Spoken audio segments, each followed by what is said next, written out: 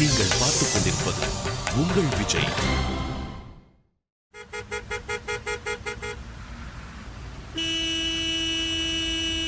இந்த மாதிரி வித்தியாசமான ஒருத்தரை நம்ம நிறைய சிக்னல்ல பார்த்துருப்போம். அவங்க வாழ்க்கையில் என்ன நடந்துச்சுன்னு நம்ம யாருக்கும் தெரியாது. ஆனால் இவர் வாழ்க்கையில் என்ன நடந்துச்சுன்னு பார்ப்போமா?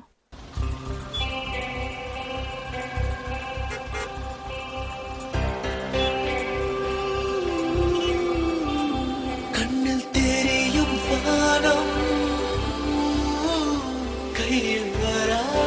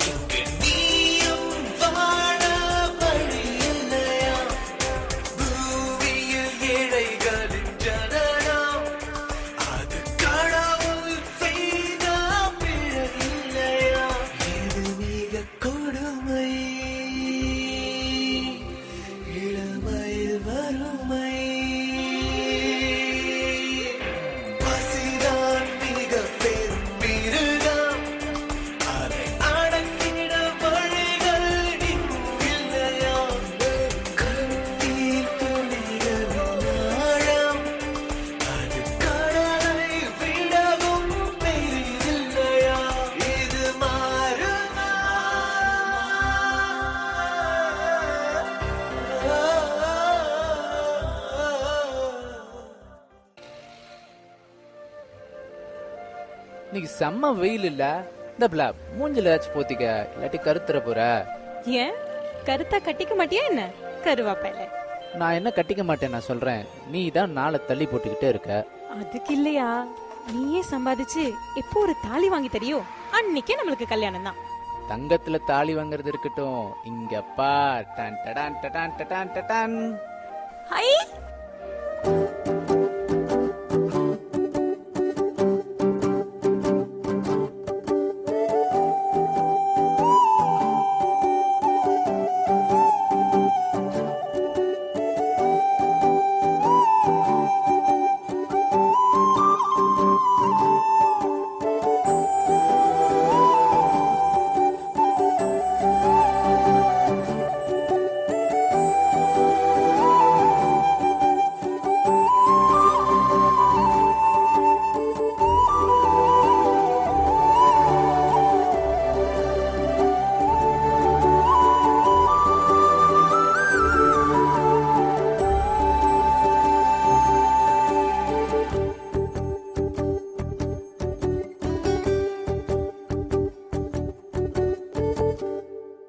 எல்லாம் எந்திரி இங்களே யாரும் படுக்கூடாது.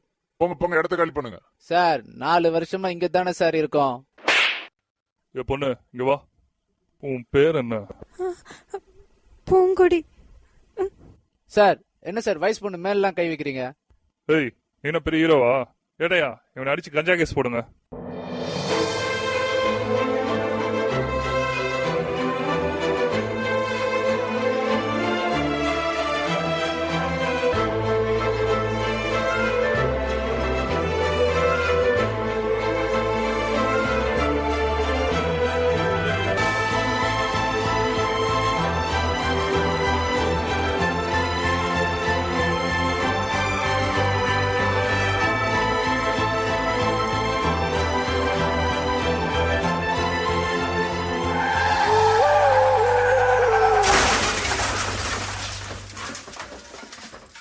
வார்த்தை தவறிவிட்டாய் கண்ணம்மா, மார்பு துடிக்குதடி.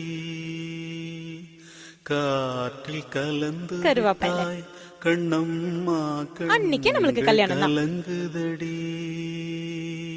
வார்த்தை தவறிவிட்டாய் கண்ணம்மா, மார்பு துடி. என்ன கருமையாது, வாரத்துக்கு ஒரு அநாத பணம் உழுது. காற்றில் கலந்து விட்டாய் கண்ணம்மா, கண்கள் கலங்குதடி.